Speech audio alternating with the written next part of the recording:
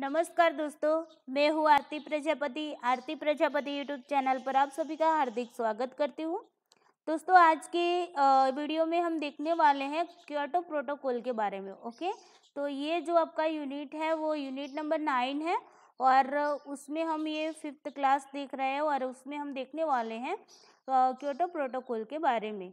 तो Kyoto protocol क्या है उसके बारे में डिटेल्स में आज हम देखने वाले हैं। ये जो वीडियो है सिर्फ यूजीसी नेट वालों के लिए ही नहीं, लेकिन जो सेट के एग्ज़ाम देने वाले हैं या फिर अदर कॉम्पिटिटिव एग्ज़ाम जो आईएएस की एग्ज़ाम होती है या फिर आप पीएससी की जो एग्ज़ाम देते हैं उसमें आपको मेन एग्ज़ाम जो देनी होती है, तो उसमें भी इस तरीके का जो भी समझौता होता है उसके बारे में आपको डिटेल्स में लिखना होता है। तो ये वीडियो आप लोगों के लिए बहुत ही फ़ायदेमंद रहने वाला है और इस वीडियो को देखने के बाद आप क्योटो प्रोटोकॉल को कभी भी नहीं भूल पाओगे। ओके, तो हर एक बातों को मैंने यहाँ पर लिया हुआ है, डिटेल्स में पढ़ाने वाली हूँ। वीडियो को सबसे पहले लाइक कर दीजिए। ओके, ईमानदारी से वीडियो को लाइक करना है, अपने दोस्तों को भी शेयर कर देना है ताकि उनको भी हेल्प हो जाए। ओके, और इस चैनल को सब्सक्राइब करना नहीं भूलना है क्योंकि इस चैनल पर जो भी वीडियोस डाले जाएंगे उसकी नोटिफिकेशन आपको टाइम पे मिलती रहेगी। तो चलिए दोस्तों, चलते हैं टॉपिक की ओर।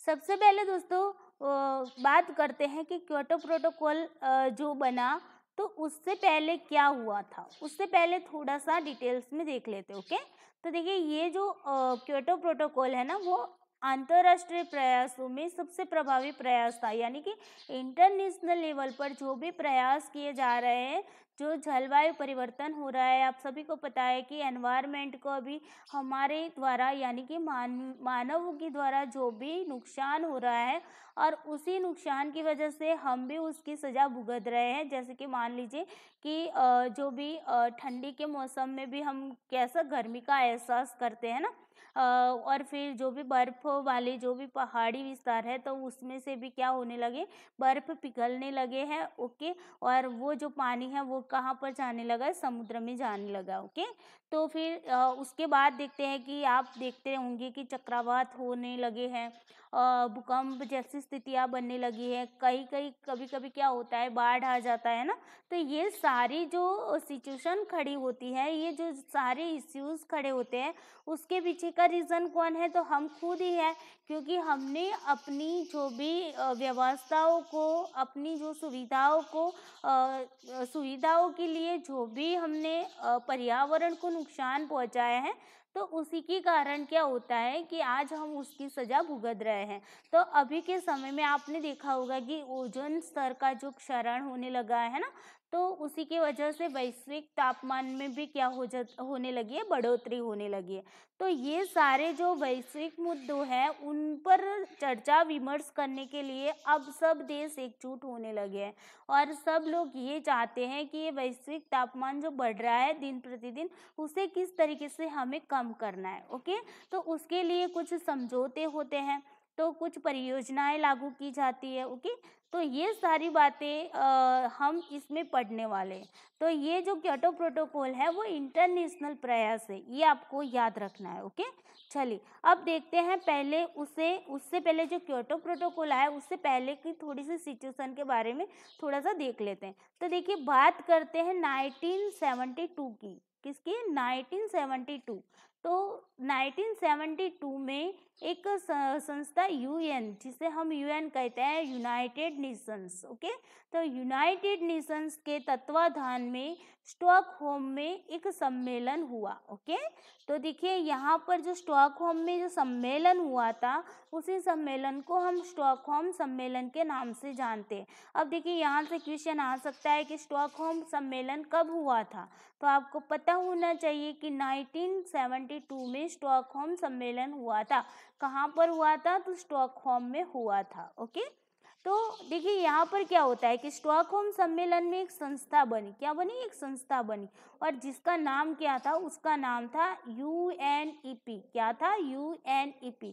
अब देखिए ये यूएनईपी क्या है, उसका फुल फॉर्म देख लेते हैं क्योंकि कभी कभी आपको इस तरीके से फुल फॉर्म भी पूछे जाते हैं। ओके, तो यूएनईपी का फुल फॉर्म है the United Nations Environment Programme. Okay, यानी कि जो भी पर्यावरण के रिलेटेड जो प्रोग्राम है, तो उसके बारे में ये जो संस्था है, ओके, तो United Nations Environment Programme, okay, ये UNEP का क्या है, फुल फॉर्म है। अब देखिए क्या होता है कि UNEP का जो कार्यालय है वो कहाँ पर है, तो उसका जो कार्यालय है वो है आपका नैरोबी में। कहाँ पर है, नैरोबी में। और नैरोबी कहाँ पर आया, केन्या में आया। तो ये भी आपको याद रखना होगा कि UNEP क्या है, तो वो एक एनवायरनमेंट प्रोग्राम की एक संस्था है और वो संस्था कहाँ पर आई है, तो नैरोबी में आई हुई। उसका हेड क्वार्टर, कार्यालय का मतलब होगा हेड क्वार्टर, ओके, तो उसका हेड क्वार्टर कहाँ पर है, तो नैरोबी में है। नैरोबी कहाँ पर आया, केन्या में आया, ओके। अब देखिए UNEP की स्थापना कब हुई, तो UNEP की स्थापना 5 जून 1972 में हुई, ओके। तो ये भी आपको याद रखना है, 5 जून तो आपको याद ही रहेगा क्योंकि एनवायरमेंटल डे होता है ना 5 जून को। आप सभी को पता है कि 5 जून को क्या होता है, 5 जून को हमारा एनवायरमेंटल डे होता है, ओके। तो ये एनवायरमेंटल डे जो है उसके बारे में, एनवायरमेंटल डे, ओके, मैं उसे लिख देती हूँ, एनवायरमेंटल डे, ओके। तो एनवायरमेंटल डे कब होता है, ये क्वेश्चन काफ़ी बार आपके UGC नेट के एग्ज़ाम में पूछा गया है। तो एनवायरमेंटल डे है वो हमारा 5 जून को होता है, ओके। तो ये भी आपको याद रखना है। आप देखिए UNEP जो संस्था है उसका जो हेड क्वार्टर है वो कहाँ पर है दोस्तों, तो वो है आपका केन्या में नैरोबी में आया हुआ है, ओके। और उसकी स्थापना कब हुई, तो 5 जून 1972 में हुई। चलिए अब देखते हैं स्टॉकहोम सम्मेलन जो था वो किस लिए बना था। वो इसी बातों के लिए बना था कि भाई पर्यावरण में अभी चेंजिंग आ रहा है, वैश्विक तापमान बढ़ रहा है, हमें पर्यावरण को बचाना चाहिए। इसके लिए क्या, चर्चा विमर्श करने के लिए एक छोटा सा सम्मेलन हुआ था, ओके। अब देखिए इस सम्मेलन में इतना कुछ भी ज़्यादा नहीं था, लेकिन बस चर्चा विमर्श यहाँ पर हुई कि हमें कुछ करना चाहिए, ओके। तो यहाँ पर स्टॉकहोम सम्मेलन के 10 साल बाद यानी कि 1982 में, 1982 में, ओके। तो देखिए 1982 में नैरोबी समिट हुई। क्या हुई, नैरोबी समिट हुई। तो ये भी आपको याद रखना है कि स्टॉकहोम सम्मेलन कब हुआ, मैंने क्या बताया आपको, 1972 में। अब उसके एग्जैक्ट 10 साल बाद यानी कि 1982 में क्या हुआ, नैरोबी समिट हुआ, ओके। अब देखिए ये नैरोबी समिट भी इसीलिए हुआ था, लेकिन यहाँ पर भी बात नहीं बनी। अब क्या होता है उसके बाद देखते हैं कि स्टॉकहोम सम्मेलन जो हमारा 1972 में बना था ना, तो 1972 के एग्जैक्ट 20 साल बाद की बात करते हैं। क्या, 20 साल बाद, तो 20 साल बाद यानी कि 1992। तो 1992 में क्या हुआ कि ब्राज़ील के रियो डी जानेरो, ओके, ये आपको नाम याद रखना है। तो रियो डी जानेरो में रियो सम्मेलन हुआ। क्या हुआ, रियो सम्मेलन हुआ। ये आपको याद रखना है कि रियो सम्मेलन कहाँ पर हुआ था।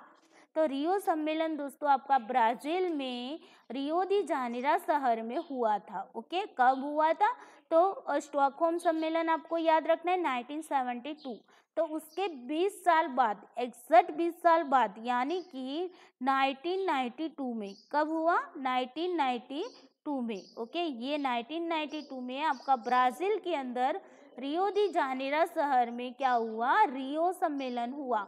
रियो सम्मेलन क्यों नाम दिया गया, क्योंकि वो रियो डी जानेरो में हुआ था, ओके। तो उसी के शहर के नाम से रियो सम्मेलन नाम दिया गया। अब देखिए पर्यावरण और विकास पर संयुक्त राष्ट्र सम्मेलन जिसे हम कहते हैं UNCED, ओके। तो UNCED जिसे रियो डी जनेरियो अर्थ समिट, जिसे क्या कहा जाता है, रियो डी जनेरियो अर्थ समिट भी कहा जाता है रियो सम्मेलन को, ओके। अब उसे ही हम कहते हैं कि रियो शिखर सम्मेलन। क्या कहा जाता है, रियो शिखर सम्मेलन। रियो सम्मेलन भी उसे कहा जाता है। और पृथ्वी शिखर सम्मेलन, जो पहला पृथ्वी शिखर सम्मेलन हुआ ना, तो वो पृथ्वी शिखर सम्मेलन ही आपका क्या है, रियो सम्मेलन है, ओके। तो उसके रूप में भी जाना जाता है। तो आपको ये याद रखना है कि रियो सम्मेलन जो है वो क्या है, रियो डी जनेरियो अर्थ समिट का के नाम से जाना जाता है, रियो शिखर सम्मेलन के नाम से भी जाना जाता है, रियो सम्मेलन के नाम से भी जाना जाता है, और क्या, पृथ्वी शिखर सम्मेलन, जो पहला पृथ्वी शिखर सम्मेलन हुआ ना उसके नाम से भी ये जाना जाता है। ओके, कब हुआ था ये रियो सम्मेलन? 1992 में हुआ था। कहाँ पर हुआ था? ब्राजील के रियो डी जानेरियो में। ओके, चलिए अब देखिए 1992 में 3 जून से 14 जून तक रियो डी जनेरो में आयोजित एक प्रमुख संयुक्त राष्ट्र सम्मेलन था। ये जो आपका रियो सम्मेलन था वो क्या था? 3 जून से लेकर 14 जून तक। ओके, 1992 में 3 जून से लेकर 14 जून तक ये रियो डी जनेरो में क्या हुआ था? एक प्रमुख संयुक्त राष्ट्र सम्मेलन था। ओके, यहाँ तक क्लियर हुआ? फिर से एक बार बता देती हूँ आपको। सबसे पहले क्या हुआ, यहाँ पर लिख देती हूँ, 1972 में क्या हुआ? स्टॉकहोम सम्मेलन हुआ। ओके, स्टॉकहोम सम्मेलन हुआ। ओके, यहाँ पर सिर्फ क्या किया गया? चर्चा विमर्श की गई कि वैश्विक तापमान बढ़ रहा है, पर्यावरण को नुकसान हो रहा है, हमें कुछ करना चाहिए। ओके, ये बात यहाँ पर आपको 1972 में यहाँ पर सम्मेलन हुआ उसमें दी गई। यहाँ पर जब भी 1972 में स्टॉकहोम सम्मेलन में जो सम्मेलन हुआ था उसमें क्या, वो किसके अंतर्गत, किसके तत्वाधान में हुआ? तो यूनाइटेड नेशन के तत्वाधान में हुआ। ओके, ये भी आपको याद रखना है। अब देखिए स्टॉकहोम सम्मेलन में एक संस्था बनी जिसका नाम क्या था? यूएनईपी। यूएनईपी का फुल फॉर्म क्या है? United Nations Environment Programme. Okay, तो ये यूएनईपी का कार्यालय कहाँ पर है? तो केन्या में नैरोबी में है। अब देखिए ये संस्था कब बनी? तो 5 जून 1972 में बनी। उसके 10 साल बाद, स्टॉकहोम सम्मेलन के 10 साल बाद नैरोबी समिट हुई। ओके, नैरोबी में नैरोबी समिट हुई। क्या हुई? नैरोबी समिट हुई। अब देखिए क्या होता है, स्टॉकहोम सम्मेलन के 10 साल बाद नैरोबी समिट हुई, उसके बाद 20 साल बाद, यानी कि स्टॉकहोम सम्मेलन के 20 साल बाद और नैरोबी समिति के 10 साल बाद। ओके, तो स्टॉकहोम सम्मेलन के 20 साल बाद क्या हुआ? तो रियो सम्मेलन हुआ। क्या हुआ? रियो सम्मेलन। अब देखिए रियो सम्मेलन है, उसी को हम क्या कहते हैं? पृथ्वी शिखर सम्मेलन। जो पहला पृथ्वी शिखर सम्मेलन था वो कहाँ पर हुआ? रियो डी जानेरो में हुआ। रियो डी जानेरो कहाँ पर आया है? ब्राजील में आया। ओके, यानी कि कब हुआ ये रियो सम्मेलन? आपका 20 साल बाद, यानी कि 1992 में हुआ। ओके, और ये कितने, 3 जून से 14 जून तक ये चला था। ओके, चलिए यहाँ तक क्लियर हुआ। उसके बाद आगे देखते हैं। अब आते हैं, पहला पृथ्वी शिखर सम्मेलन बहुत ही प्रभावी रहा। जो 1992 में जो रियो सम्मेलन हुआ वो हमारा पहला पृथ्वी शिखर सम्मेलन था, तो वो क्या हुआ? बहुत ही प्रभावी रहा। ओके, और इसी सम्मेलन के तहत 1994 में, यानी कि 1994 में क्या हुआ? एक संस्था अस्तित्व में आई। ये जो रियो सम्मेलन हुआ था ना, उसी सम्मेलन के अंतर्गत एक संस्था आपकी अस्तित्व में आई। कब आई? तो 1994 में एक संस्था अस्तित्व में आई जिसका नाम क्या था? UNFCCC। ओके, तो ये आपको याद रखना है, ये संस्था का नाम UNFCCC। ओके, तो चलिए इसका फुल फॉर्म पहले देख लेते हैं UNFCCC का। तो the United Nations framework convention on climate change. Okay, ये उसका फुल फॉर्म है। फिर से बता दे रही हूँ, the United Nations framework convention on climate change. Okay, जिसका हिंदी में अगर बोला जाए तो संयुक्त राष्ट्र जलवायु परिवर्तन फ्रेमवर्क सम्मेलन। ओके, ये एक संस्था क्या हुई? अस्तित्व में आई। कब आई? 1994 में आई। ओके, किसके तहत आई? तो पहला जो पृथ्वी शिखर सम्मेलन हुआ, जो रियो सम्मेलन हुआ था, उसके अंतर्गत आई। ओके, अब देखिए UNFCCC का एक सर्वोच्च निकाय बना, और वो सर्वोच्च निकाय क्या था? उसका नाम क्या दिया गया? COP, क्या दिया गया? COP, जिसे हम कहते हैं कॉप। ओके, तो ये जो कॉप है वो क्या है? UNFCCC का एक सर्वोच्च निकाय है। ओके, अब देखिए COP का फुल फॉर्म देख लेते हैं। तो COP का फुल फॉर्म है the conference of parties. Okay, तो जो भी संस्थाएं थी, जो भी देश थे जिन्होंने कॉन्फ्रेंस में पार्टिसिपेंट किया था, तो उसी के आधार पर यहाँ पर COP नाम दिया गया। किसका? तो UNFCCC का एक सर्वोच्च निकाय का। ओके, तो COP का फुल फॉर्म क्या होगा? The conference of parties. Okay, parties का मतलब देश होते हैं जो पार्टिसिपेंट करने वाले होते हैं। ओके, तो चलिए आगे देखते हैं। COP में UNFCCC के सदस्य देशों को रखा गया। अब देखिए COP में किसको रखा गया? तो UNFCCC के सदस्य देश जितने भी थे उन देशों को यहाँ पर COP में रखा गया। ओके, जिसका काम क्या था? तो 1995 से लगातार शिखर सम्मेलन व्यापक तरीके से करना।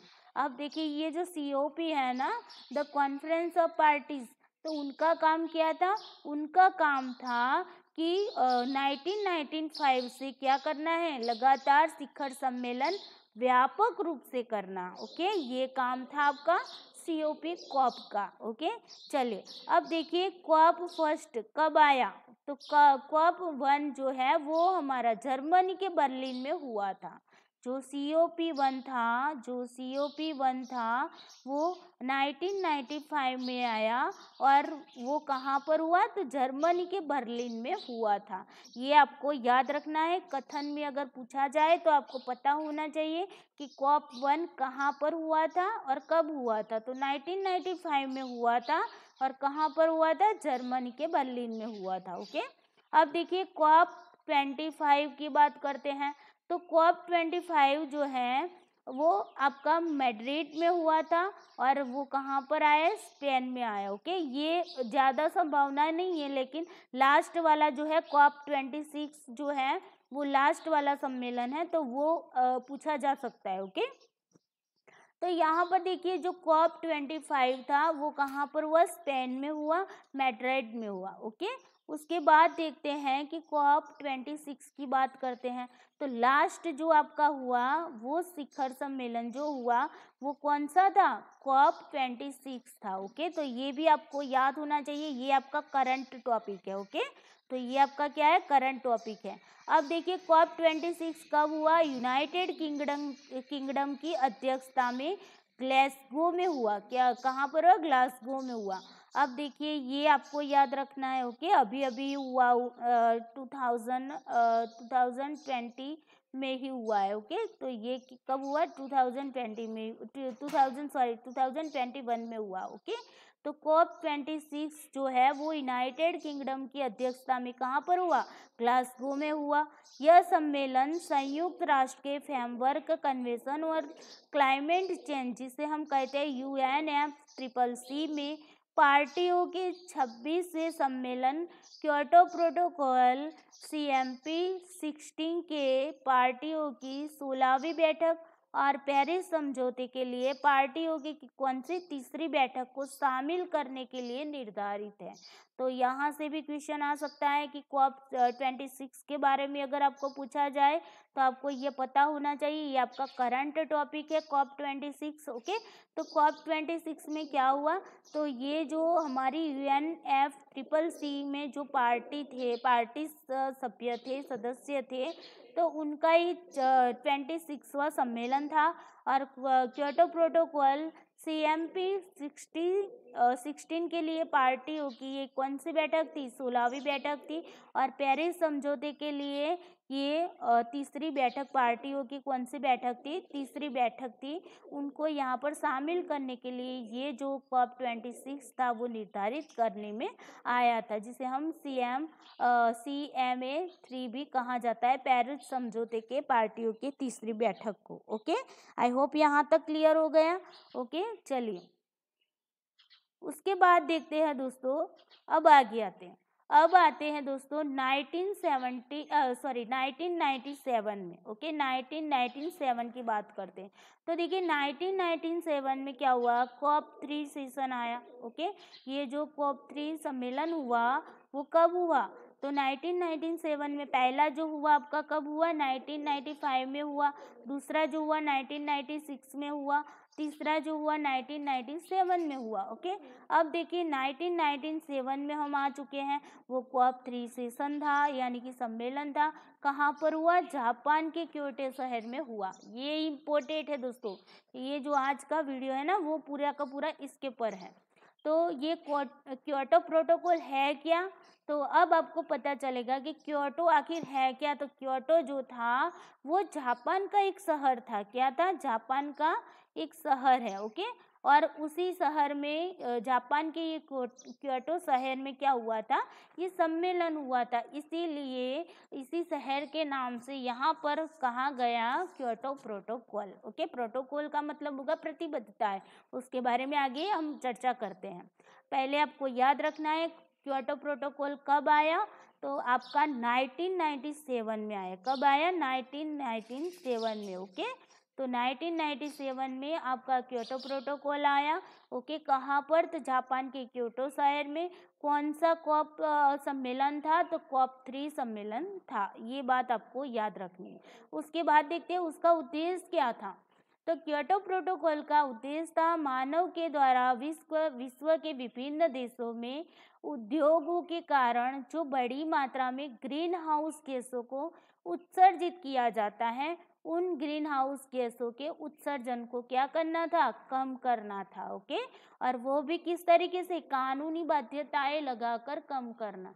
अब देखिए यहाँ पर ये क्योटो प्रोटोकॉल जो आया 1997 में आया, तो यहाँ पर उसका उद्देश्य क्या था, उसका उद्देश्य ये था कि मानव के द्वारा जो विश्व के विभिन्न देशों में जो औद्योगिकरण हुआ है, और उसी औद्योगिकरण के कारण क्या हुआ है, बड़ी मात्रा में ग्रीन हाउस गैसों का उत्सर्जन होने लगा है। और ग्रीन हाउस गैसों का उत्सर्जन होने के कारण क्या हो रहा है, वैश्विक तापमान बढ़ रहा है। वैश्विक तापमान बढ़ने की वजह से हमारे ओजोन का जो परत है उसमें क्षरण होने लगा है ना। तो ये सारी जो एनवायरनमेंट के रिलेटेड जो समस्याएं उत्पन्न हो रही है, तो ऐसे जो भी देश है जो ग्रीन हाउस गैसों का उत्सर्जन कर रहे हैं, तो उन ग्रीन हाउस गैसों को के उत्सर्जन को क्या करना, कम करना। ये क्योटो प्रोटोकॉल का क्या था, एक उद्देश्य था। तो यहाँ से आपको पता होना चाहिए कि क्योटो प्रोटोकॉल किस लिए अस्तित्व में आया। तो ये जो सम्मेलन है क्योटो प्रोटोकॉल, वो इसलिए अस्तित्व में आया क्योंकि जो ग्रीन हाउस गैसों का उत्सर्जन ज़्यादा होने लगा है, उस ग्रीन हाउस उत्सर्जन को कम करने के लिए ये क्योटो प्रोटोकॉल अस्तित्व में आया। ओके, और वो भी किस तरीके से, कानूनी बाध्यताएं लगाकर। कानूनी बाध्यताएं यानी कि पहले क्या होता था, चर्चा विमर्श की जाती थी कि भाई ये करो, पर्यावरण को बचाओ, ये योजनाओं लाओ, ये प्रोग्राम्स बनाओ, लेकिन क्या होता था, हर एक देश उसका पालन नहीं करता था। ओके, और वो भी जो देश बहुत ज़्यादा ग्रीन हाउस गैसें उत्पन्न करता है, उसका उत्सर्जन करता है, वैसे देश भी उसे फॉलो करते भी थे, नहीं भी करते थे। ओके, तो यहाँ पर क्या होता था कि जैसे कि मान लीजिए कि घर में कोई लोग आपको बोलते हैं कि बेटा कुछ काम धंधा कर लो, कुछ काम धंधा कर लो, कुछ काम धंधा कर लो, तो हम क्या करते हैं, उन बातों पर अनौपचारिक रूप से हमें बोला जाता है ना, तो उसीलिए इनफॉर्मली हमारे साथ बातचीत की जाती, तो हम उसे ध्यान देते भी है, नहीं भी देते हैं। लेकिन फॉर्मली तरीके से अगर आपको ये बोला जाए कि आपको घर में रहना है तो आपको जॉब करनी पड़ेगी, वरना चले जाओ यहाँ से। ओके, तो अब आपके पास कोई रास्ता नहीं जॉब के अलावा, तो आपको क्या करना पड़ेगा, जॉब करना पड़ेगा। तो बस यही होता है यहाँ पर बाध्यताएं लगाई दी जाती कि भाई अब आप लोगों ने बहुत सारा जो ग्रीन हाउस गैसें हैं वो अपने उत्सर्जित बहुत जारी कर दी है। अब समय आ गया है कि आपको कुछ भी करके इन ग्रीन हाउस गैसों को क्या करना है, कम करना है, और वो भी कानूनी प्रतिबद्धताएं लगाकर आपको ये क्या है, उसे उत्सर्जन को कम करना। ओके, नियमों के साथ उसे कम करना है।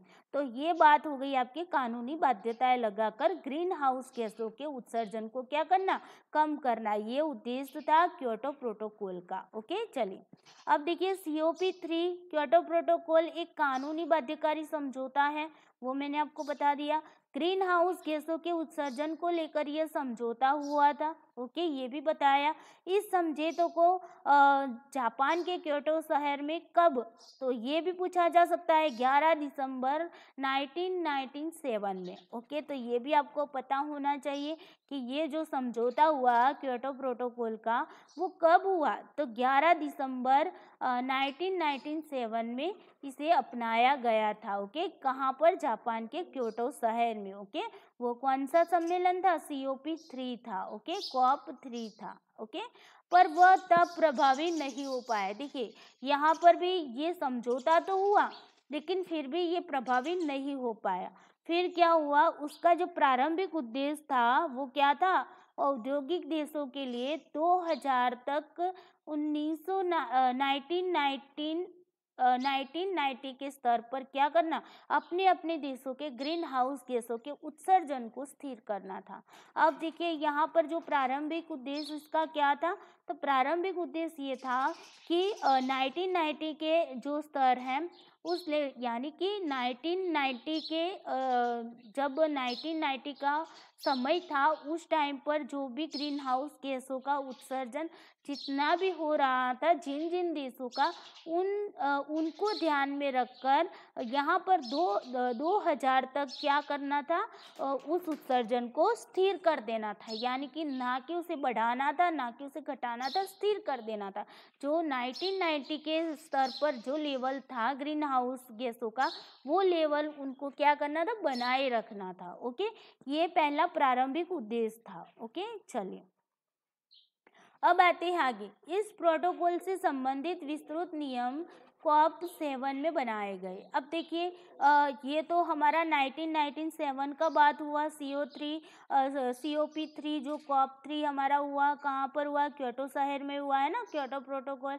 तो यहाँ पर क्या कानूनी बाध्यताएं लगाकर जो ग्रीन हाउस गैसें हैं उसके उत्सर्जन को कम करने की बात की गई, लेकिन फिर भी वो प्रभावी नहीं रहा।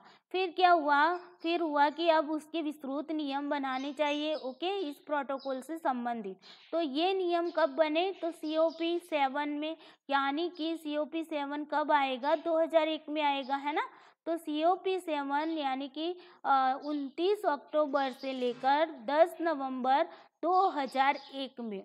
तो COP7 आपको पता होना चाहिए, आपको ये पता होना चाहिए कि COP1 कब हुआ था, तो उसके आधार पर आपको पता चल जाएगा कि कौन सा सम्मेलन है। ओके, तो यहाँ पर देखिए COP1 मैंने आपको कब बताया था, तो COP1 मैंने आपको 95 में बताया था, है ना।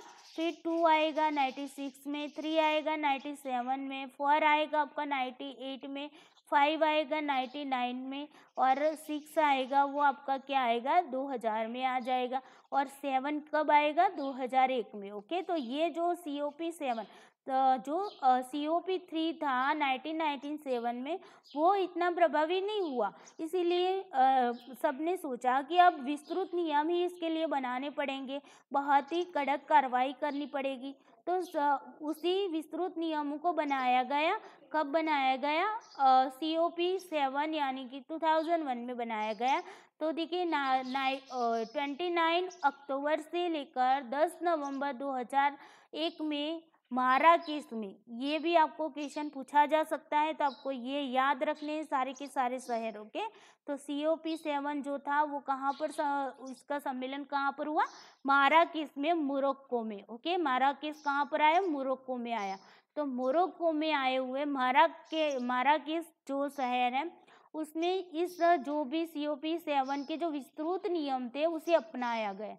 अब यह सम्मेलन अंतिम विवरण को स्थापित करने के लिए किया गया था, यानी कि ये अंतिम रूप से यहाँ पर विस्तृत नियम बनाए गए कि अब तो कुछ भी कर लो, अब तो जिन देशों ने ग्रीन हाउस गैसें बहुत ज़्यादा मात्रा में उत्सर्जित कर दी है उन लोगों पर प्रतिबद्धताएं ला दी जानी चाहिए और कुछ भी करके उन लोगों को ये ग्रीन हाउस गैसों के उत्सर्जन को कम करने के लिए जितना भी कड़क में से कड़क नियमों को पालन करवाना चाहिए। ओके, ये बात उसके लिए विस्तृत नियम बनाए गए COP7 में। ओके, तो COP7 कब हुआ? 2001 में हुआ। कहाँ पर हुआ? माराकेश, मोरक्को में। ओके, फिर 16 फरवरी, फिर भी यहाँ पर भी कुछ अच्छे से ध्यान नहीं दिया गया। इतना सब कुछ करने के बाद भी कुछ देश काम कर रहे थे, कुछ देश काम नहीं कर रहे थे, ऐसे ही चलता रहता था। ओके, फिर समय आया आपका 2005 का। क्या आया? 2005 का 16 फरवरी 2005 में ये प्रभावी हो गया।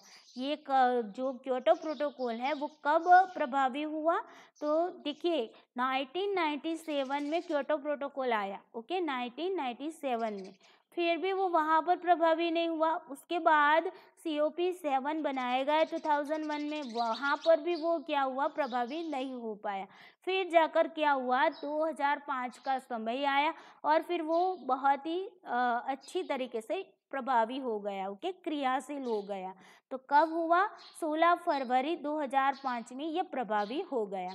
अब इसका अंतिम उद्देश्य क्या हो गया? देखिए, प्रारंभिक उद्देश्य तो उसका क्या था कि 2000 तक जो भी ग्रीन हाउस गैसें उत्सर्जित करने वाले देश थे वो क्या करें? 1990 के स्तर के लेवल पर उसी ग्रीन हाउस गैसों के उत्सर्जन को स्थिर कर दे। यानी कि मान लीजिए कि कोई कंट्री A है और उसकी 1990 की लेवल पर देखा जाए तो उसका ग्रीन हाउस जो भी लेवल है वो मान लीजिए 80% है। ओके, तो उसे 2000 तक क्या करना है? 2000 तक उसी 80% तक उसे लाने की कोशिश करनी है, यानी कि ये स्थिर कर देना है 80% को। ओके, ये बात आपकी 2000 तक की हुई, लेकिन फिर भी कुछ भी नहीं हो पाया। 2001 आया, माराकेश, मोरक्को में सम्मेलन हुआ। तो वहाँ पर अब सभी देश के लोग चिंतित हो गए और उन्होंने सोचा विस्तृत नियम बनाने पड़ेंगे। विस्तृत अंतिम रूप से विवरण देकर उनको नियम बनाए गए, फिर भी वो वहाँ पर भी प्रभावी नहीं हुआ 2001 में। फिर जाकर समय क्या आया? समय आया 2005 का। 2005 में ये बहुत ही सक्रिय हो गया, प्रभावी हो गया, क्रियाशील हो गया। ओके, यानी कि एक्टिव हो गया। ये क्योटो प्रोटोकॉल था ना, वो 2005 में क्या हो गया? एक्टिव हो गया। कब हुआ? 16 फरवरी को। ओके, चलिए, अब इसका अंतिम उद्देश्य क्या होने लगा? प्रारंभिक उद्देश्य हमने देखा, अब उसका अंतिम उद्देश्य ये हुआ कि हर मानवीय गतिविधियों पर रोक लगाना है। क्या है? हर मानवीय गतिविधि, मानवी जो भी गतिविधियां कर रहा है जिससे पर्यावरण को नुकसान होता है, उन सभी गतिविधियों पर क्या करना चाहिए? रोक लगाना चाहिए। जैसे कि पेड़ काट रहे हैं तो पेड़ों के काटने पर नियम लगाए जाने चाहिए, उनको सजा भी करनी चाहिए कि भाई आपको पेड़ नहीं काटने हैं। ओके, तो इस तरीके से जो भी पर्यावरण से नुकसान करता है, जो भी गतिविधि मानव कर रहे हैं, उन सभी गतिविधियों को पर रोक लगाने की बात यहाँ पर की गई अंतिम उद्देश्य में। ओके, जिससे पर्यावरण के लिए जो खतरा पैदा होता है उन खतरे को हम क्या कर सके? कम कर सकें। अब देखिए इसमें क्या हुआ? इसमें साझा परंतु विभेदकारी उत्तरदायित्व का सिद्धांत अपनाया गया।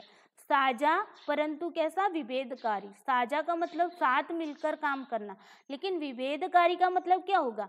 तो देखिए कुछ देश ऐसे थे, कुछ कंट्रीज ऐसी थी कि वो ग्रीन हाउस जो भी ग्रीन हाउस गैसें हैं उसका उत्सर्जन बहुत ज़्यादा मात्रा में कर चुकी, यानी कि वहाँ पर औद्योगिकरण बहुत ज़्यादा हो चुका है, यानी कि वो क्या है? विकसित हो चुके हैं। वो कंट्रीज जो विकसित हो चुकी है, जिन्होंने भरपूर रूप से उद्योगों का क्या किया है? फ़ायदा उठाया है और पर्यावरण को नुकसान किया है, तो ऐसी कंट्रीज़ को अलग रखी गई। और जिन कंट्रीज़, जो भी कंट्रीज़ हैं वो अभी क्या है, विकासशील है, यानी कि अभी क्या विकसित हो रही है। ओके, तो विकास कर रही है, जिन्होंने अभी पर्यावरण को नुकसान तो पहुंचा है लेकिन उतनी मात्रा में नहीं जितना विकसित देशों ने पहुंचा है। तो उन दोनों को अलग अलग भागों में बांटा गया है, विकसित देशों को अलग कर दिया गया और विकासशील देशों को अलग कर दिया गया और उनको अलग अलग जिम्मेदारी दी गई कि मान लीजिए विकसित देश है तो उनको जिम्मेदारी दे दी गई कि भाई आप लोग जो भी ग्रीन हाउस गैसें उत्सर्जित कर रहे हैं ना, उसे अब कम करने की बारी आपकी है। अगर आपने ये नहीं किया तो आप पर ये कानूनी कार्यवाही की जाएगी। बहुत ही कड़क रूप से यहाँ पर नियमों को फॉलो करने की बात आ गई विकसित देशों के आगे। ओके, यानी कि वहाँ पर प्रतिबद्धताएं लगाई गई। ओके, जबकि विकासशील देश थे तो उनको ये बताया गया, उनको अच्छे से प्यार से समझाया गया कि भाई देखो, विकसित देशों ने इतना नुकसान पहुंचा दिया है तो हमें भी नहीं पहुंचाना है, तो हमें अपनी तरफ से थोड़ा प्रयास करना है ताकि हम भी उन लोगों की तरह ना बन जाए। ओके, तो ये उनको प्यार से समझाया गया विकासशील देशों को, जबकि विकसित देशों को तो पहले से ही प्यार से समझाते थे, फिर भी नहीं समझते थे, तो उन पर क्या किया गया, कार्यवाही शुरू कर दी गई। तो इस तरीके से दो भागों में इन्हें बांट दिया गया और उसी को हम कहते हैं विभेदकारी उत्तरदायित्व का सिद्धांत।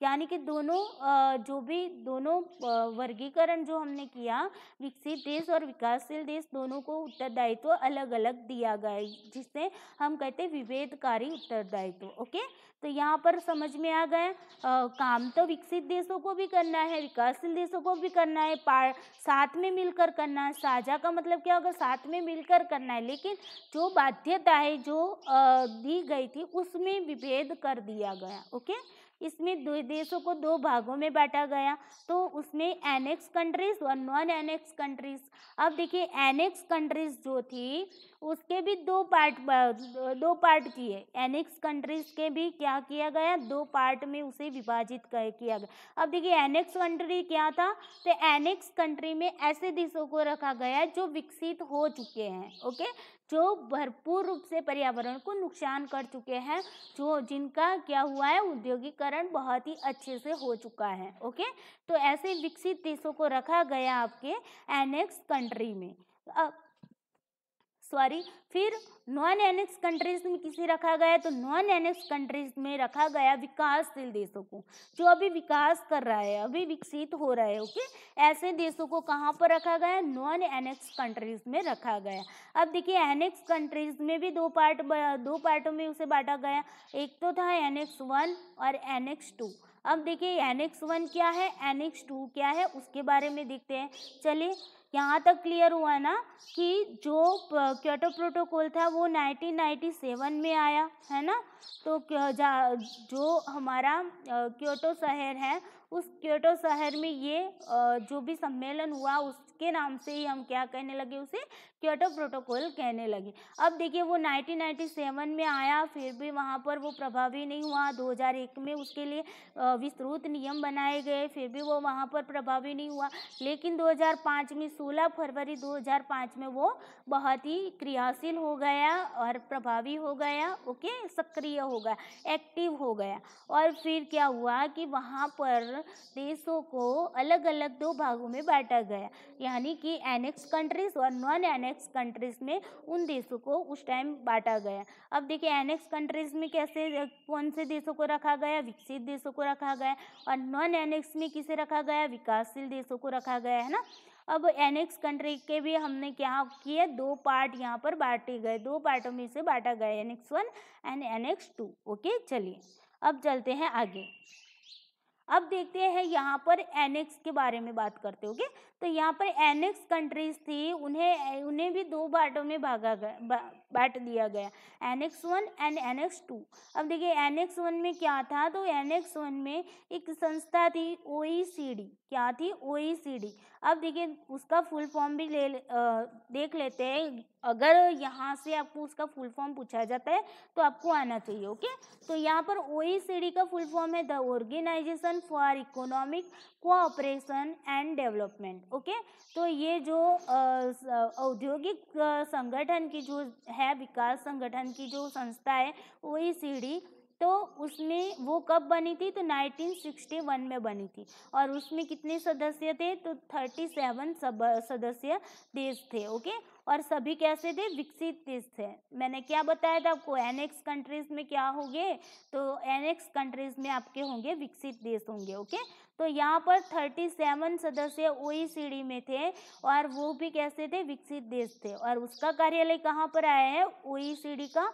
तो पेरिस में आया है। पेरिस कहाँ पर आया है? फ्रांस में। ओके, तो फ्रांस के पेरिस में OECD का हेडक्वार्टर आया हुआ है। अब देखिए OECD के 1992 तक के सभी सदस्यों को विकसित देश में लिया गया। अब देखिए विकसित देश में किसे किसे रखा गया? एनेक्स कंट्रीज जो है ना, वहाँ पर हमने क्या किया? विकसित देशों को लिया है ना। तो अब देखिए विकसित देशों में भी हमने क्या किया? उसे दो पार्टों में बांट दिया, यानी कि एनेक्स 1 में और एनेक्स 2 में। अब एनेक्स 1 में किनको रखा गया है? तो OECD जो संस्था है उसमें जो सम्मिलित जो भी देश थे उनको यहाँ पर, यानी कितने थे? 37 सदस्य देश थे।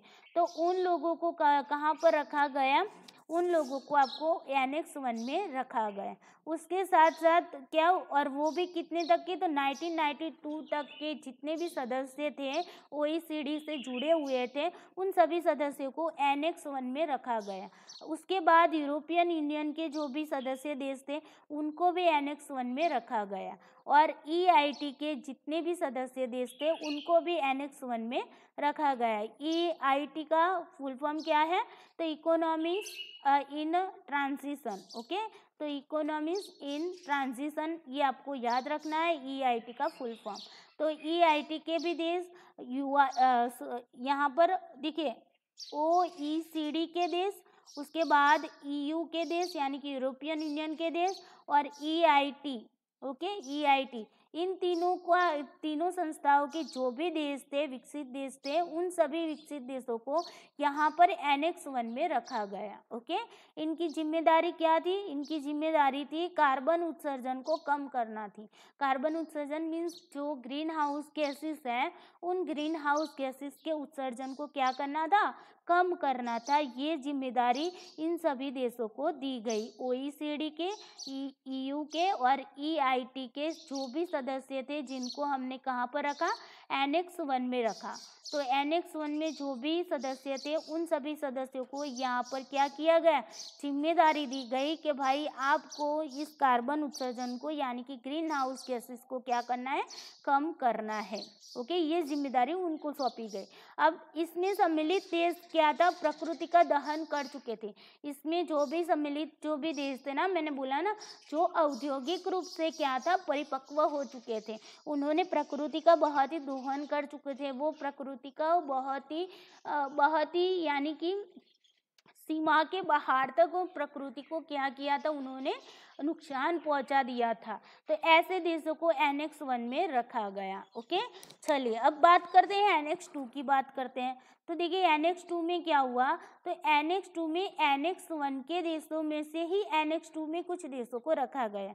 यानी कि मान लीजिए ये जो है वो हमारा एनेक्स 1 है। ओके, ये क्या है? हमारा एनेक्स 1 के सारे सदस्य हैं। ओके, अब इन्हीं सदस्यों में से कुछ सदस्यों को लिया गया। इन्हीं जितने भी सदस्य थे इन सदस्यों में से कुछ सदस्यों को लिया गया। किसमें? एनेक्स 2 में लिया गया। ओके, एनेक्स 2 में लिया गया, ये भी आपको पता होना चाहिए। तो एनेक्स 2 में किसको रखा गया? एनेक्स 1 के जितने भी सदस्य देश थे उनमें से कुछ देश थे उनको एनेक्स 2 में रखा गया। अब इनको क्या जिम्मेदारी दी गई? इनको जिम्मेदारी दी गई कि जो विकासशील देश है ना, जो नॉन एनेक्स में आते हैं, विकासशील देश जो अभी विकसित हो रहे हैं, वैसे विकासशील देशों को क्या करना? फंड प्रोवाइड कराना। यानी कि एनवायरनमेंट को बचाने के लिए जो भी फंड की ज़रूरत पड़ती है विकासशील देशों को, उन विकासशील देशों को फंड प्रोवाइड कराने की जिम्मेदारी किसको दी गई? तो एनेक्स 2 में जो भी कंट्रीज रखी गई थी उन कंट्रीज को ये जिम्मेदारी सौंपी गई। ओके, आई होप यहाँ पर क्लियर हो गया कि एनेक्स 1 में किसे रखा गया और एनेक्स 2 में किसे रखा गया। दोनों की जिम्मेदारियाँ क्या थी? अलग अलग थी। ओके, यहाँ पर एनेक्स 2 में थे तो एनेक्स 1 के ही कंट्रीज, लेकिन दोनों की जिम्मेदारियां क्या हो गई, दोनों की जिम्मेदारी अलग हो गई। यहाँ पर एक छोटे से रूप में यहाँ पर लिया गया, थोड़े से देश को लिया गया, यहाँ पर सारे देशों को लिया गया, जो भी OECD, AU या फिर EIT के जो भी देश थे उन सभी को यहाँ पर लिया गया एनेक्स 1 में, और उनमें से ही थोड़े से देश को लिया गया जो बहुत ही पैसे के रूप में देखा जाए या आर्थिक रूप से वो जो भी 70 देश थे उन सभी को क्या कहा गया कि आप लोगों को भाई फंडिंग करना है किसे, विकासशील देशों को एनवायरनमेंट को बचाने के लिए। ये जिम्मेदारी एनेक्स 2 को दी गई। ओके, चलिए अब देखिए एनेक्स 1 को क्या जिम्मेदारी दी गई थी, कार्बन उत्सर्जन यानी कि ग्रीन हाउस गैसेस को कम करने की। ओके, चलिए उसके बाद बात करते हैं नॉन एनेक्स की।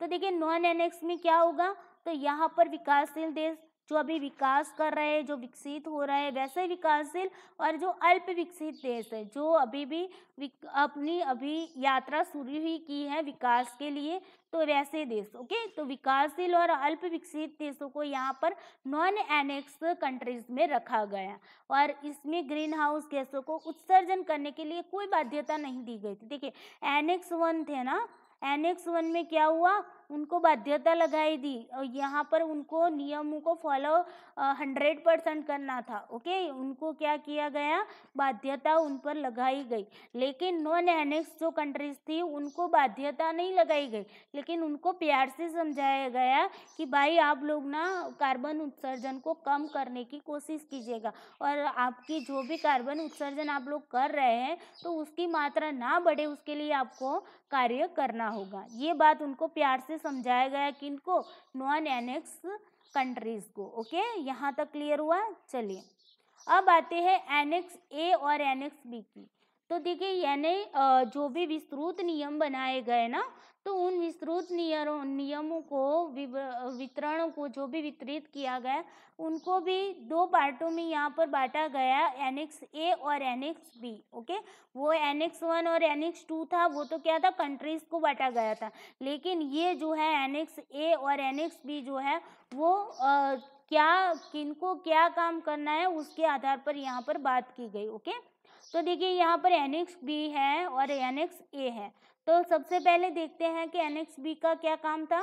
तो एनेक्स बी में क्या रखा गया कि जो एनेक्स में जो भी देश रखे गए थे ना, एनेक्स में जितने भी विकसित देश रखे गए थे उन देशों को कितना कार्बन उत्सर्जन कम करना है, यानी कि ग्रीन हाउस गैसेस को कितना कम करना है, इससे संबंधित जानकारी एनेक्स बी में दी गई। ओके, यहाँ पर देशों की बात की गई कि इन देशों को ये जो देश है जिन्होंने क्या किया है, कार्बन उत्सर्जन ज़्यादा किया है, और उनको हमने एनेक्स 1 की कैटेगरी में रखा है। ओके, एनेक्स की कैटेगरी में रखा है, एनेक्स 1 और 2 दोनों में। ओके, तो ये जो विकसित देश है उन देशों को क्या करना है, ग्रीन हाउस गैसेस को क्या करना है, उसके उत्सर्जन को कम करना है। इससे संबंधित देशों की यहाँ पर जानकारी दी गई, किसकी, देशों की जानकारी, कंट्रीज की यहाँ पर जानकारी दी गई कि ये जो कंट्रीज है इनको इतना कार्बन कम करना है, इतना कार्बन कम करना है, इतना कार्बन कम करना है। ओके, यहाँ पर देशों की यहाँ पर डिटेल्स दी गई। इसमें ग्रीन हाउस प्रभाव को कम करने के लक्ष्य के बारे में भी बात की गई। यहाँ पर क्या बात की गई कि ग्रीन हाउस प्रभाव को क्या करना है, कम करना है, और उसके लिए लक्ष्य भी दिया गया, टारगेट दिया गया कि भाई आपको मान लीजिए कि ये कंट्री ए है, ये कंट्री बी है, कंट्री सी है, तो इन सभी को अलग अलग रूप से इनको बताया गया कि भाई आपने बहुत ज़्यादा ग्रीन हाउस गैसेस पैदा की है, तो उसी के उत्सर्जन में आपको इतने % कमी करनी है, इतने % आपको कमी करनी, इतने % आपको कमी करनी। हर एक देश की अलग अलग परसेंटेज यहाँ पर उन्हें बताया गया और उनको टारगेट दिया गया कि भाई आपको इतने टारगेट तक ही उत्सर्जन करना है, और बाकी के उत्सर्जन को आपको क्या करना होगा, कम करना होगा। ये सारी भी डिटेल्स किस में दी गई, एनेक्स बी में दी गई। अब बात करते हैं, ओके चलिए, सॉरी यहाँ पर थोड़ा सा प्राकृतिक माहौल है तो थोड़ा सा ऐसा रहने वाला। ओके, चलिए अब आते हैं एनेक्स ए की बात करते हैं। एनेक्स ए में क्या रखा गया है, एनेक्स बी में तो कंट्रीज रखी गई है ना, यहाँ पर क्या रखा गया, कंट्रीज रखी गई। तो एनेक्स ए में क्या रखा गया, तो एनेक्स ए में रखा गया गैसों के बारे में बताया गया। क्या बताया गया, जो भी गैस थी उन गैसों को, कौन कौन सी गैसों को यहाँ पर सम्मिलित किया गया उसके बारे में यहाँ पर बताया गया, यानी कि ग्रीन हाउस गैसों के बारे में यहाँ पर बात की गई। ओके, तो एनेक्स 1 में क्या एनेक्स ए में क्या बताया गया, गैसों के बारे में बताया गया, जबकि एनेक्स बी में देशों के बारे में। ओके, तो यहाँ पर देखिए जो भी गैसों को कम करना था उससे संबंधित यहाँ पर जानकारी दी गई।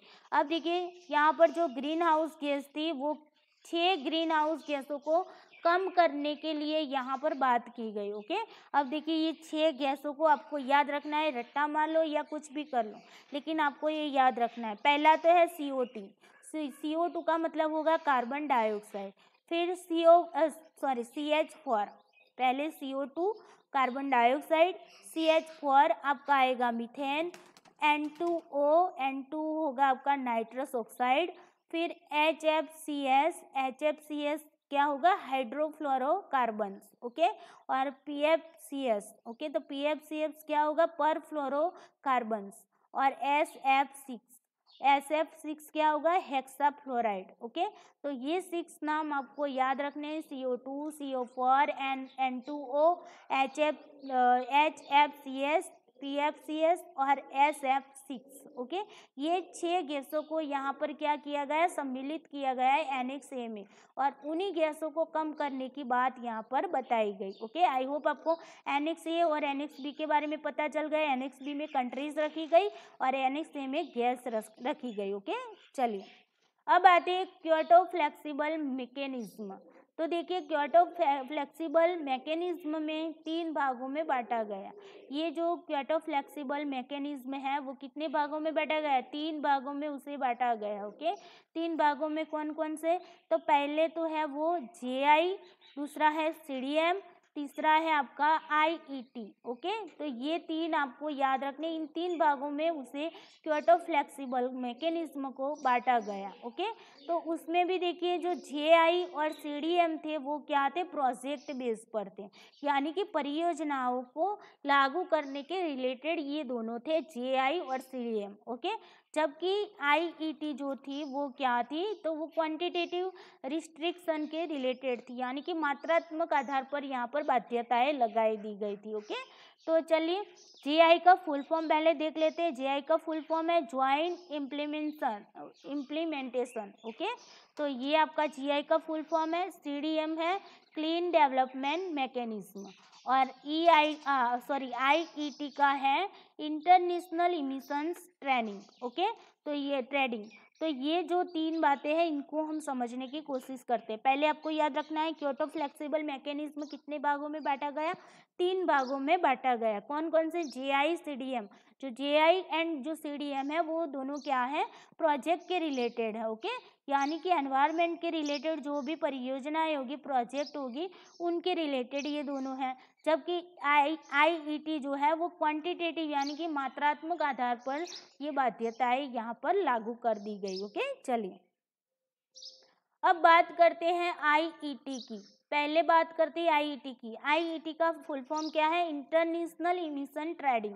अब देखिए इंटरनेशनल इमिशन ट्रेडिंग जो था उसका यूनिट था वो था असाइंड अमाउंट यूनिट। क्या था, असाइंड अमाउंट यूनिट। ओके, या तो फिर आप अलाउनेस भी बोल सकते हैं इसे। ओके, तो असाइंड अमाउंट यूनिट, ये आपको AAU का आपको फुल फॉर्म याद रखना है। ये क्या था, इंटरनेशनल इमिशंस ट्रेडिंग का ये यूनिट था। ओके, अब देखिए AAU के तहत ग्रीन इन्वेस्टमेंट स्कीम्स अस्तित्व में आया। क्या आया, GIS अस्तित्व में आया। GIS का फुल फॉर्म क्या है, ग्रीन इन्वेस्टमेंट स्कीम। तो ये जो ग्रीन इन्वेस्टमेंट स्कीम क्या है उसके बारे में थोड़ा सा पहले बात कर लेते हैं। ओके, तो उसके बारे में चर्चा करते हैं कि ये क्या है। तो देखिए ये जो आपका इंटरनेशनल इमिशन ट्रेडिंग है ना, उसमें क्या था, तो यहाँ पर कोई देश जो है उसे टारगेट दिया गया हो कि भाई आपको इतना ही ग्रीन हाउस गैस को क्या करना है, उत्सर्जित करना है, उससे ज़्यादा आपको नहीं करना है।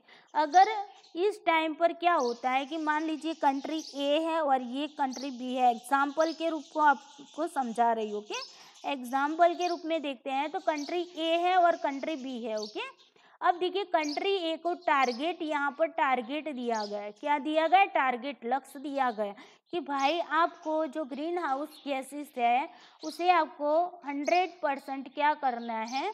उत्सर्जन करना है, उससे ज़्यादा आपको नहीं करना है। जबकि कंट्री बी को टारगेट दिया गया कि भाई आपको 80% ही ग्रीन हाउस गैसों को क्या करना है? उत्सर्जित करना है, उसके से ज़्यादा नहीं करना है।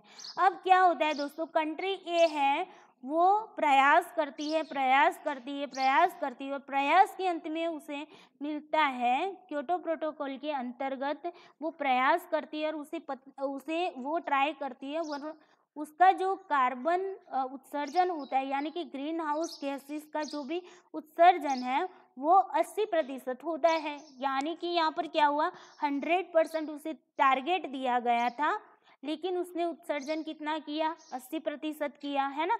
तो यहाँ पर उसका 20% है वो क्या हो गया?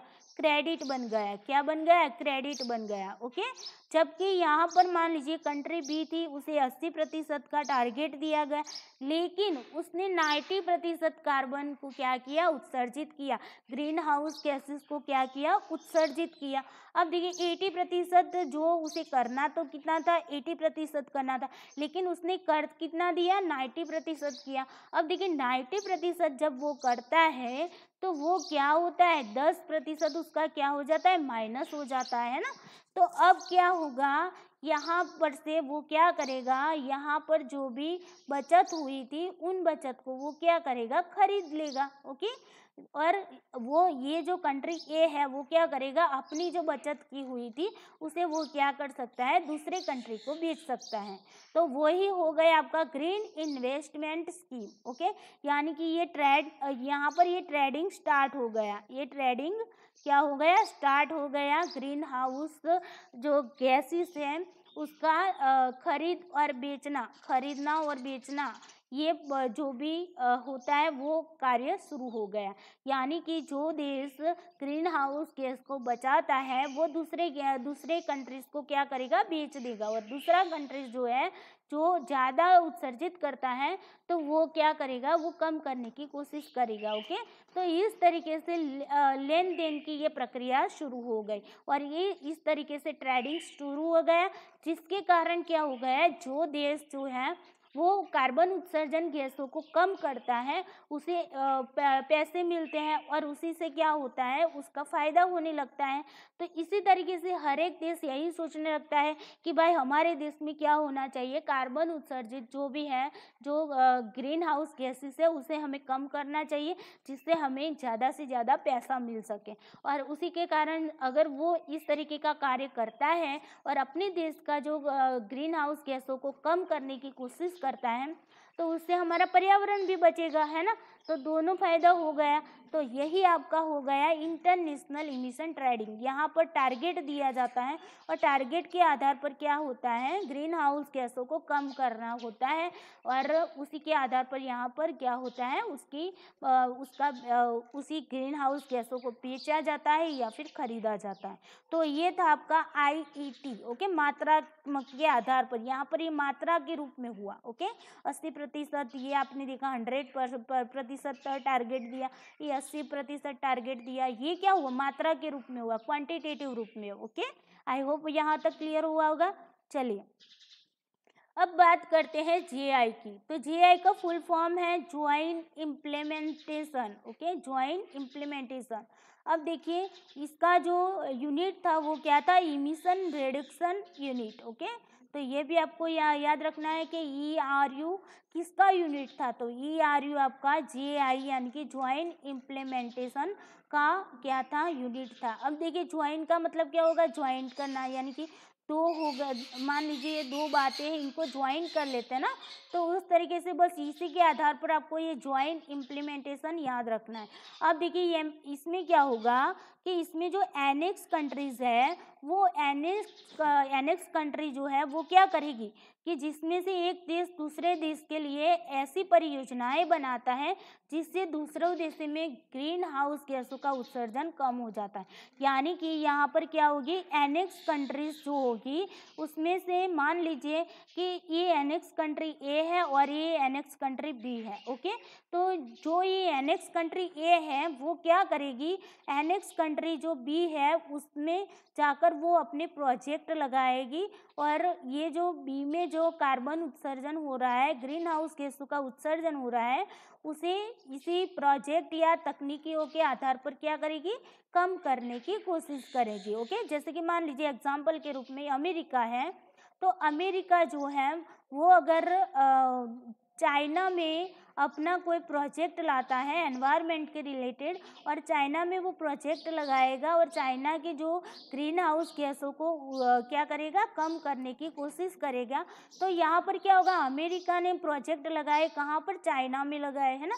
तो जब अमेरिका चाइना में प्रोजेक्ट लगाता है और चाइना में ग्रीन हाउस गैसों का उत्सर्जन मान लीजिए कि पिछले साल में हुआ 100% था, वो कम होकर 80% हो गया, तो यहाँ पर जो 20% क्रेडिट होता है वो 20% क्रेडिट किसको मिलेगा, अमेरिका को मिलेगा। ओके, तो यहाँ पर वो 20% जो भी कार्बन उत्सर्जन है या फिर ग्रीन हाउस गैसों का उत्सर्जन है उसे अमेरिका क्या करेगा, किसी दूसरे देश को बेचेगा। ओके, तो ये 20% जो कमी आई है वो क्या, उसका क्रेडिट किसे मिलेगा, अमेरिका। क्यों, क्योंकि अमेरिका ने प्रोजेक्ट लगाया तब जाकर चाइना में इतना कम उत्सर्जन हो पाया। ओके, तो आई होप यहाँ पर पता चल गया कि जीएआई में क्या होगा, जीएआई में कंट्री तो एनेक्स ही होगी, क्या होगी, एनेक्स ही होगी। एनेक्स कंट्री में अंदर कंट्री क्या करेगी, एक दूसरे को सपोर्ट करेगी, एक दूसरे देशों के अंदर अपने अपने प्रोजेक्ट लगाएगी और ग्रीन हाउस गैसों को क्या करेगी, कम करने की कोशिश करेगी। ओके, बस इतना सा सिंपल सा यहाँ पर था। उसके बाद देखते हैं सीडीएम की बात करते, तो सीडीएम में क्या था, उसका फुल फॉर्म है क्लीन डेवलपमेंट मैकेनिज्म। अब देखिए क्लीन डेवलपमेंट मैकेनिज्म का उद्देश्य क्या था, तो पहले उसका यूनिट देख लेते हैं। उसका यूनिट है CER। ओके, इसका यूनिट क्या है, CER, जिसे हम बोलते हैं सर्टिफाइड इमिशन रिडक्शन। ओके, तो ये जो सर्टिफाइड इमिशन रिडक्शन है वो आपको याद रखना है, किसका है, CER आपका होगा CDM का यूनिट है। अब देखिए यहाँ पर क्या होगा कि यहाँ पर जो एनेक्स कंट्री है ना, वो एनेक्स कंट्री क्या करेगी, नॉन एनेक्स कंट्री पर परियोजना लगा सकती है। यहाँ पर हमने कंट्रियों को दो भागों में बांटा था, एनेक्स है ना, पहले बताया था एनेक्स, और दूसरी हमने बांटा था नॉन एनेक्स, है ना। तो देखिए एनेक्स और नॉन एनेक्स, एनेक्स में हमने कौन से रखे थे, विकसित देशों को रखा था, जो विकसित हो चुके हैं, परिपक्व हो चुके हैं। और ये जो नॉन एनेक्स में किसे रखा था, विकासशील में रखा था, है ना। विकासशील में क्या है, विकास अभी कर रहे हैं, है ना देश, तो उनको रखा था। अब देखिए यहाँ पर सीडीएम में क्या करेगा, एनेक्स कंट्री है, मान लीजिए एनेक्स कंट्री ए है और नॉन एनेक्स कंट्री ए है। ओके, तो एनेक्स कंट्री ए जो है वो क्या करेगी, अपनी परियोजनाएं जो विकासशील देश है, यानी कि जो एनेक्स कंट्री ए है, नॉन एनेक्स कंट्री ए है, उसमें क्या करेंगी, अपनी तकनीकों को, अपनी प्रोजेक्ट को यहाँ पर लगाएगी और कार्बन जो भी कार्बन उत्सर्जन होता है, जो ग्रीन हाउस गैसेस का उत्सर्जन होता है, उसे यहाँ पर कम करने की कोशिश करेगी। देखिए जीआई में क्या था, जीआई एंड सीडीएम जो है, जीआई और सीडीएम जो है वो दोनों क्या है, प्रोजेक्ट बेस्ड है। ओके, ये क्या है, प्रोजेक्ट बेस्ड है। तो यहाँ पर क्या है, जीआई में क्या था कि एनेक्स में ही वो प्रोजेक्ट लगा सकते थे, यानी कि एनेक्स में ही वो दोनों कंट्री एक दूसरे में क्या कर सकते थे, प्रोजेक्ट लगा सकते। लेकिन सीडीएम में क्या होगा, सीडीएम में एनेक्स कंट्री जो होगी वो क्या करेगी, नॉन एनेक्स कंट्री में अपनी परियोजनाएं, प्रोजेक्ट, या फिर ये बोल सकते हैं कि अपनी तकनीकों का उपयोग करके यहाँ पर ग्रीन हाउस गैसों को क्या किया जाएगा, उसके उत्सर्जन को कम करने की कोशिश की जाएगी। अब देखिए यहाँ पर जो ग्रीन हाउस गैसेस है उसमें यहाँ पर अगर कमी आती है, मान लीजिए यहाँ पर 30% कमी आती है, तो ये जो कमी आती है, ये जो क्रेडिट है वो किसे मिलेगा? एनेक्स कंट्री जिसने यहाँ पर प्रोजेक्ट लगाया था उसे क्रेडिट मिल जाएगा। ओके, तो यहाँ तक क्लियर हुआ जीआई और सीडीएम दोनों के बारे में। चलिए अब देखते हैं आगे। अब आते हैं कमिटमेंट की बात करते हैं, जो मोस्ट इम्पोर्टेंट है प्रतिबद्धताएं। जो आगे वाले जो सब थे वो भी बहुत ही इम्पोर्टेंट है। क्योटो प्रोटोकॉल के रिलेटेड कोई भी क्वेश्चन आए तो आपको आने चाहिए, चाहे वो आपकी असिस्टेंट प्रोफेसर की एग्ज़ाम हो, या फिर आपकी आईएएस की एग्ज़ाम हो, या फिर आपकी पीएससी की एग्ज़ाम हो, हर एक में ये आपको यूज़फुल रहने वाला है। ओके, चलिए कमिटमेंट क्या किए गए? प्रतिबद्धताएं लागू की गई थी एनेक्स कंट्री पर, है ना। एनेक्स कंट्री पर, नॉन एनेक्स को तो प्यार से समझाया है ना, लेकिन एनेक्स कंट्री जो है उन्हें क्या किया गया? प्रतिबद्धताएं ला दी गई, उन पर कमिटमेंट किया गया। तो एनेक्स कंट्री पर क्या किया गया? प्रतिबद्धताएं लागू कर दी गई। अब देखिए उसमें भी दो प्रकार की प्रतिबद्धताएं लागू कर दी गई। पहला जो चरण था वो फर्स्ट कमिटमेंट और दूसरा चरण था वो सेकंड कमिटमेंट। अब देखिए पहले चरण वो क्या था? तो 2008 से लेकर 2012 तक का उसका पीरियड टाइम था। ओके, जबकि सेकंड कमिटमेंट कब था? तो सेकंड कमिटमेंट का पीरियड टाइम था 2013 से लेकर 2020 तक का था। ओके, तो यहाँ पर देखते हैं, पहले फर्स्ट कमिटमेंट के बारे में देखते हैं। इसका पीरियड टाइम 5 साल का था। कितने साल का था? 5 ईयर्स का था। ओके, जबकि सेकंड में कितना था? 7 ईयर्स का था। ये भी आपको याद रखना है।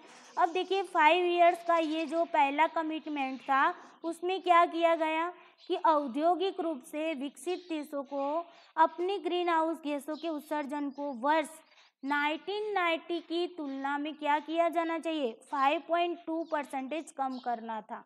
यहाँ पर टारगेट दिया गया, क्या किया गया? टारगेट दिया गया कि भाई आप लोगों को विकसित देश, जो एनेक्स कंट्री में तो विकसित देश थे ना, तो उन विकसित देशों को यहाँ पर टारगेट दिया गया कि भाई आप लोगों को 1990 की तुलना में जो भी ग्रीन हाउस गैसों का उत्सर्जन हुआ था 1919 तक, उन जो भी उत्सर्जन के कितने प्रतिशत को कम करना है?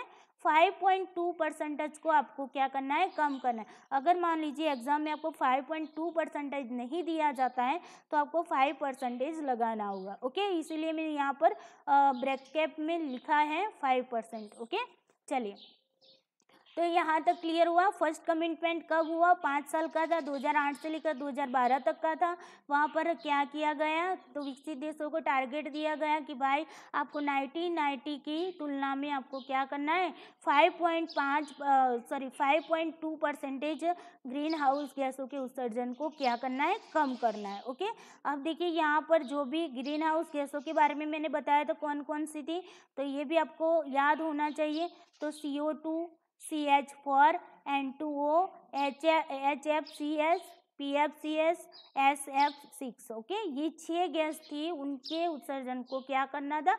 कम करना था। कितने लेवल तक? 5.2% उसे कम करना था। अब देखिए क्या होता है कि 2012 का समय आता है, तो 8 दिसंबर 2012 यानी कि 8 दिसंबर 2012 में दोहा, कतर में जो आया है, दोहा शहर है, वहाँ पर ये समिति हुई, फिर से सम्मेलन हुआ और वहाँ पर ये जो कमिटमेंट था, फर्स्ट कमिटमेंट था, वो कंप्लीट पूरा हो गया है ना। तो इसे यहाँ पर कंप्लीट पूरा करके दूसरा कमिटमेंट बनाया गया। दूसरा कमिटमेंट क्या था? Second commitment. ओके, जिसे वो दोहा में हुआ था, इसीलिए उसे क्या बताया गया? दोहा अमेंडमेंट के नाम से भी जाना जाता है। तो आपको ये पता होना चाहिए कि दोहा अमेंडमेंट क्या है। तो दोहा अमेंडमेंट जो है वो आपका क्योटो प्रोटोकॉल के जो कमिटमेंट हुए थे उसमें सेकंड कमिटमेंट था, जो दोहा में हुआ था, उसी को हम बोलते हैं दोहा अमेंडमेंट। ओके, और वो कितने साल का हुआ? तो 7 साल के लिए ये कमिटमेंट बनाया गया। कब, कहाँ से कहाँ तक? तो 2013 से लेकर 2020 तक। ओके, फिर यहाँ पर कितनी कंट्रीज पार्टिसिपेट किए? तो 37 कंट्रीज ने यहाँ पर क्या किया?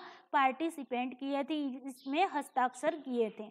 अब देखिए इस अवधि के दौरान एनेक्स में जो शामिल देश थे उनको ग्रीन गैसों के उत्सर्जन में वर्ष 1990 के स्तर से कम कितना प्रतिशत, 18% उत्सर्जन को कम करने की प्रतिबद्धताएं लगाई गई।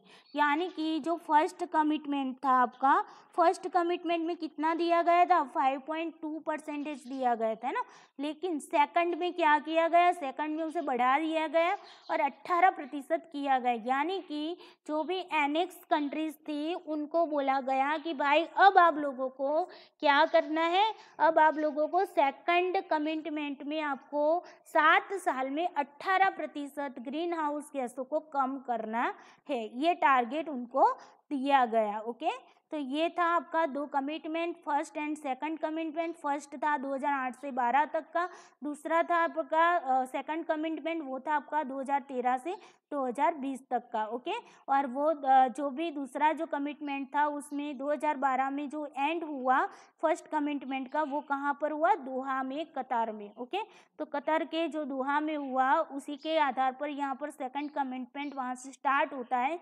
इसीलिए दोहा अमेंडमेंट के नाम से इसे जाना जाता है। ओके, चलिए अब थोड़ी सी और भी बातें जान लेते हैं करंट के आधार पर। ओके, तो करंट के रिलेटेड भी इसके क्योटो प्रोटोकॉल के कुछ क्वेश्चन आ सकते हैं, तो उसको भी हम देख लेते हैं। तो देखिए कनाडा जो है हमारा,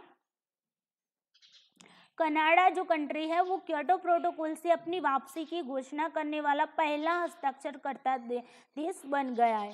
तो यहाँ पर अगर आपको पूछा जाए कि क्योटो प्रोटोकॉल से अपनी वापसी की घोषणा करने वाला पहला हस्ताक्षरकर्ता देश कौन सा है, तो वो है आपका कनाडा। ओके, COP60 में UNFCCC को पार्टियों ने सहमति व्यक्त की कि भविष्य के ग्लोबल वार्मिंग को पूर्व औद्योगिक तापमान स्तर के सापेक्ष कितने 2 सेल्सियस से नीचे सीमित किया जाना चाहिए। यानी कि ग्लोबल वार्मिंग को क्या करना है, 2 सेल्सियस से नीचे हमें उसे सीमित कर देना चाहिए। ये बात की गई COP60 में। ओके, COP16 में।